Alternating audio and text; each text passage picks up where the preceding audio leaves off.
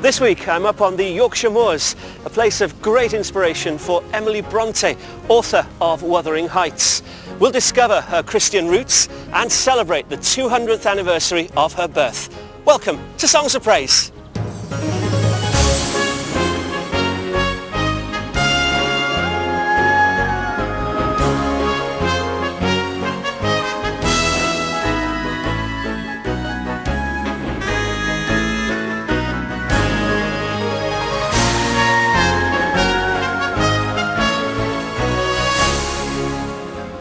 Also in the programme, there's another chance to meet inspiring Christians who featured on Songs of Praise over the last 12 months, including Roger and Beryl, the Christian couple whose farm helps teenagers struggling with life.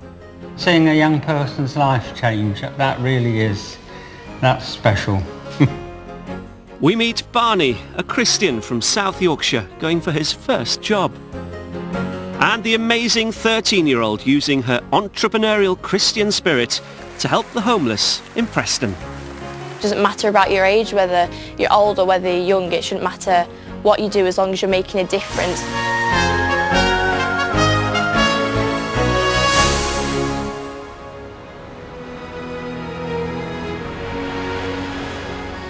On a day like today, Haworth is a tourist hotspot with everyone enjoying themselves. But back in the Bronte era, it was overcrowded and bustling with industrial workers.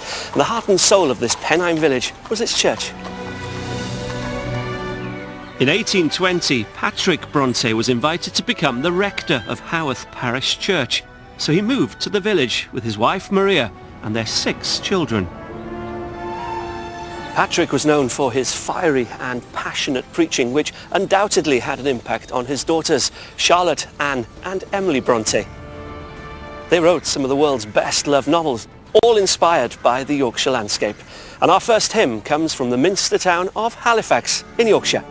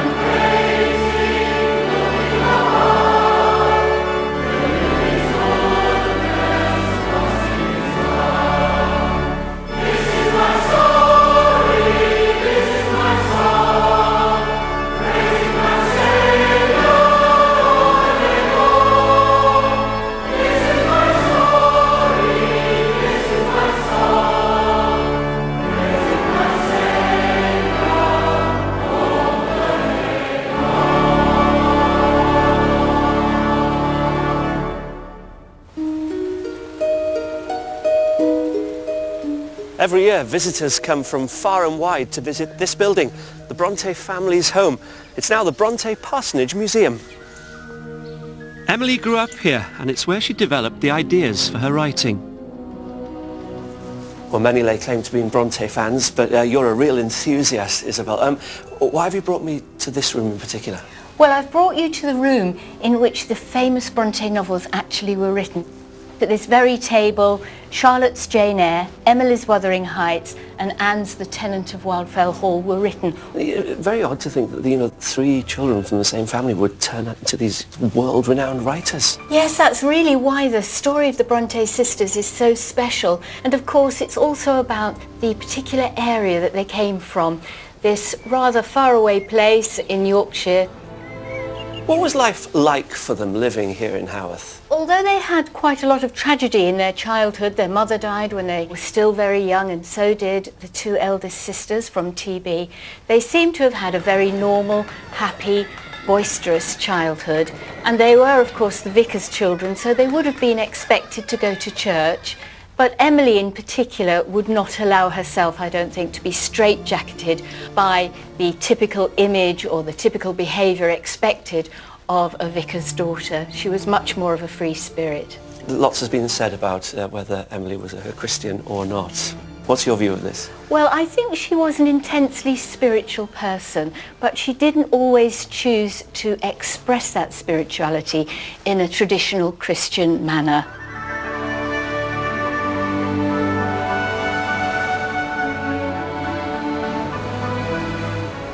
Emily Bronte's ideas came to life here on these moors. It's where she was inspired to write one of Britain's greatest novels, Wuthering Heights. I'm meeting Dr. Simon Marsden from Liverpool University, who's written extensively on the work of the Bronte sisters. So this was Emily's back garden, not bad. Absolutely. This would be the perfect place to get away from the dirt of the streets and just be alone with nature.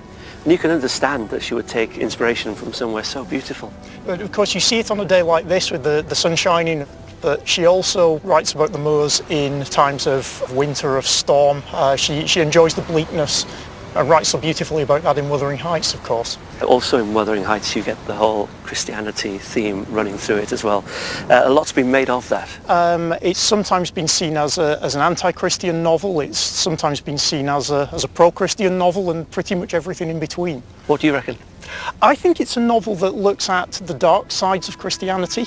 I think Emily sees Christianity both as something that can be oppressive and also as something that can be profoundly liberating. But what do you think she was trying to achieve then through the novel?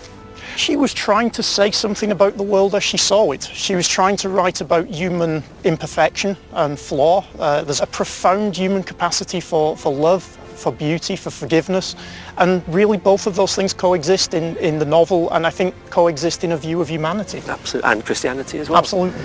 So a woman ahead of her time in a way. In many ways, but also of her time.